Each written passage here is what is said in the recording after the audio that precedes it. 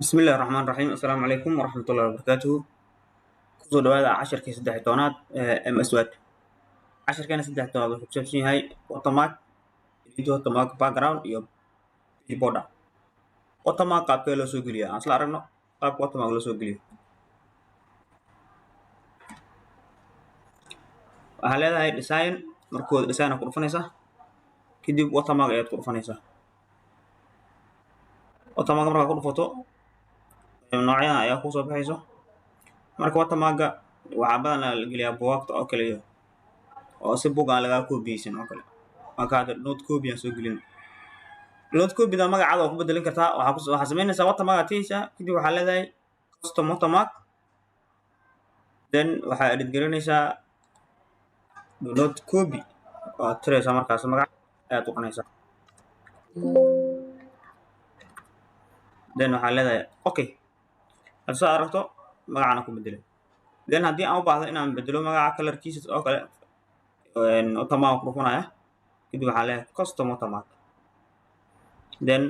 colorka ayaan bedelaynaa colorka waa kana kal ayaa ku qoran markaana furaysaa colorka doonto ayaad u bedelaysaa sidaa ujeedo waa ka colorka waan bedelnay okay markaa farta bedelayno capillary aan ku dhufanayna capillary fontiga aan ku dhufanayna capillary meeshaan furayna then tusaalahan waxaan dooranaynaa midan oo kale kadib okay leenahay waa kaa farta way bedelaysaa okay waxaan ka bedeli doonaa qaabkan hadda u yaalo watermarka custom watermark leenahay then hadda diagonal oo horizontal oo bedelina horizontal leedahay kadib okay leedahay waxa uu isbedelay qaabkaas isku bedelay okay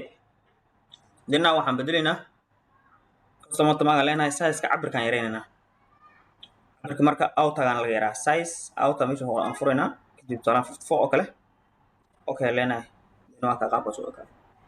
watermark marka waxaa ka dhigi kartaa sawir hadda waxaa waaye qoraal sawir oo bedelinaa watermark furayna custom watermark leenahay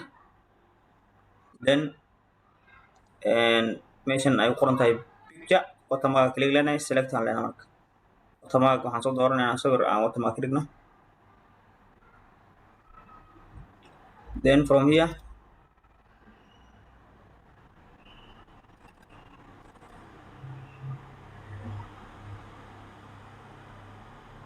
كامل كرينا اوكي then okay sida ujeedno qaabkaas ku soo galay sawirka noocan ku soo galaya then waa yareyn kartaa haddii aad rabto oo furaysa halkan custom watermark furaysa custom watermark leedahay then halkan out ay qoran tahay size ka bedelaysaa kana furaysa 50 oo kale then okay qaabkaas u yaraa halkaas marka waxaa u baxaynaa watermark qaabka loo remove gareeyaa marka watermark ku dhufanaysa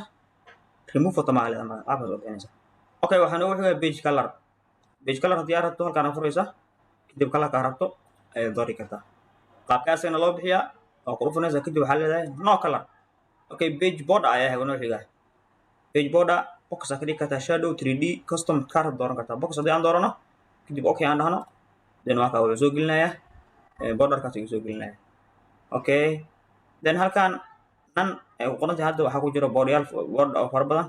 borders oo fara badan nooca rabto ka dooran kartaa kadib okay leedahay waa ka qaabkaas ku noqonaya then waxaa leedahay haddii aad rabto inaad ka laabato oo borderland nan ayaad ku dhufanaysaa kadib okay ayaad leedahay